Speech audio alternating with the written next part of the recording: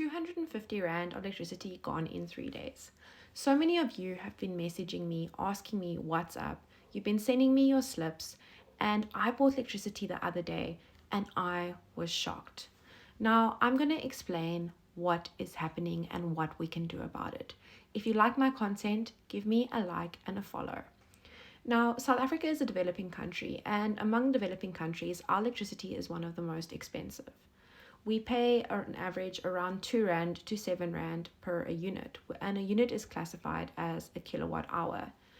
And the reason that there is so much variance in the units across different areas in South Africa is something that I'm going to explain to you now. So firstly, we need to look at 3 different players. And the first is our favorite, which is Eskom, and that is the state-owned company that produces electricity. And it is the only one currently that is allowed to do that. Secondly, we got to look at NERSA, which is the National Energy Regulator, and this is the body that decides how much Eskom can push its prices up. And the third party involved here is your municipality. Because guess what, guys? Your electricity doesn't just come straight from Eskom. No.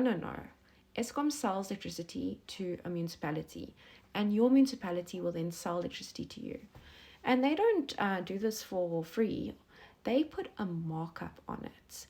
And sometimes the markup is as much as 50%. Because you know why?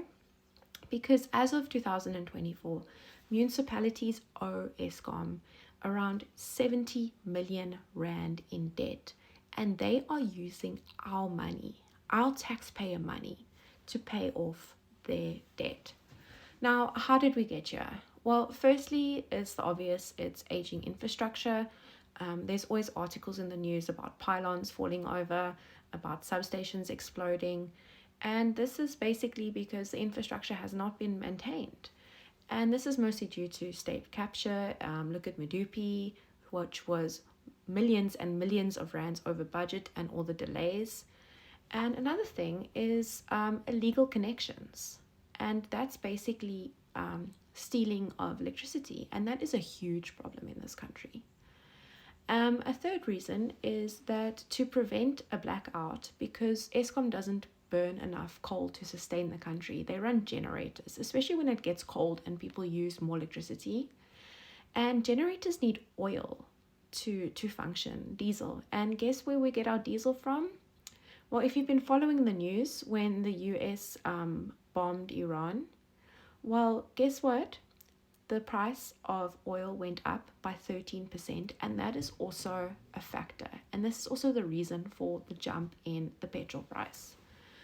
Now, what can we do about it? Well, firstly, we can call on our government and Eskom to open the grid. And I'm going to give you a really good example. Remember when Telkom was the provider of the communications? And we all know how terrible Telkom is. Well, I've had terrible experiences with them. And what happened with fiber is that private companies were allowed to come in and give us fiber, give us internet. And ever since then, South Africa has actually had one of the cheapest fiber costs in the world. And I honestly think that we should call on Eskom to open up the grid to private companies. Another thing that you can do is that you can go to your municipality and you can inquire on the books and ask them what is the markup that they are charging you on the electricity that you purchase from them. And the third thing that we can do is install renewables. But this is often expensive. Solar panels are expensive. The wind turbines work well, especially around Jeffreys Bay and stuff, but they are not that good for household use. So the best thing that you can do is perhaps look at solar panels, but that is an extremely expensive process. Now, if you like this video, give me a follow and give me a like.